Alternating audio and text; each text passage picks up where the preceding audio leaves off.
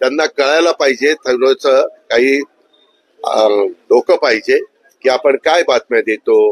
हे सूत्राला तर ते सूत्र मला बघायचंच एकदा. त्या सूत्र माझ्या हातात सापडू द्या, त्या सूत्राचा पुरा बंदोबस्त करतो. मी परवा पण एका कार्यक्रमामध्ये म्हटलं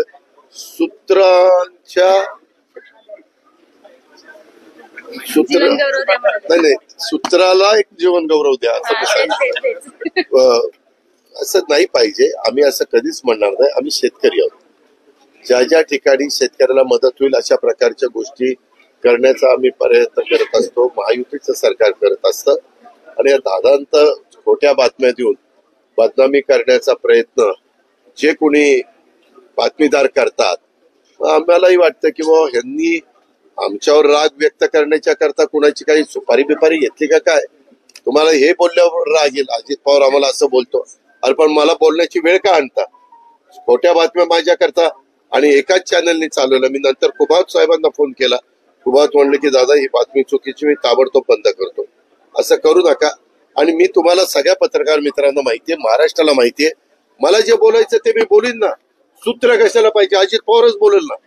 लावा ना अजित पवार असं बोलला आणि ते काही लपून राहत नाहीत.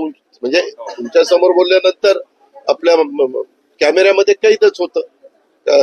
तुम्ही काय जीपीएसच्या बाबतीत देखील तुम्ही आढावा घेतलेला पुण्यात रुग्ण जीपीएसच्या बद्दल मी मागच्या वेळेसच तुम्हाला बोलत असताना सांगितलं. वैद्यकीय क्षेत्रातल्या अनेक मान्यवरांना त्याच्याबद्दलचे स्टेटमेंट करायला सांगितलेले आहेत. जीपीएस वर राज्य सरकार, आमचा सार्वजनिक आरोग्य विभाग, महानगरपालिका ह्या सगळ्या लक्ष ठेवून आहे. मला एक तक्रार काल आलेली होती की खर्च खूप मोठ्या प्रमाणावर येतो म्हणून. मी त्याच्याबद्दल सकाळीच आयुक्ताशी बोललोय की नक्की काय आहे. मी सीएसशी पण बोलायचा प्रयत्न केला पण मला त्यांचा कॉन्टॅक्ट काही झाला नाही. कारण आज शनिवार आहे, उद्या रविवार आहे. परंतु मी आता पुढच्या कार्यक्रमाला चाललोय. अजूनही मी त्यांना तिथं निरोप ठेवलेला आहे की माझ्याशी ताबडतोब संपर्क साधा. कारण गरीब वर्गाला मला डॉक्टरांनाही विचारायचं की नक्की ह्याच्यावर उपचार करण्याच्या करता किती खर्च येतो.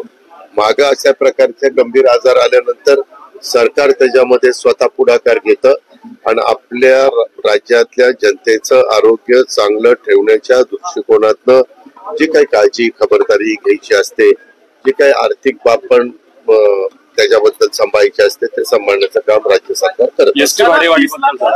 एसटी भाड्याच्या बद्दल मी तुम्हाला मागेही सांगितलेलं आहे की एकंदरीतच आम्हाला जास्तीत जास्त नवीन बसेस घेऊन अतिशय चांगल्या प्रकारची सेवा ग्रामीण भागातल्या आणि शहरी भागातल्या लोकांना द्यायची आहे. आणि तशा पद्धतीनं चर्चा अजून चाललेली आहे. परंतु पुढे कुठलाही अंतिम निर्णय झालेला नाहीये. कारण आपले मुख्यमंत्री परदेशात गेलेले पहाटे म्हणजे काल रात्री उशिरा आलेले आहेत.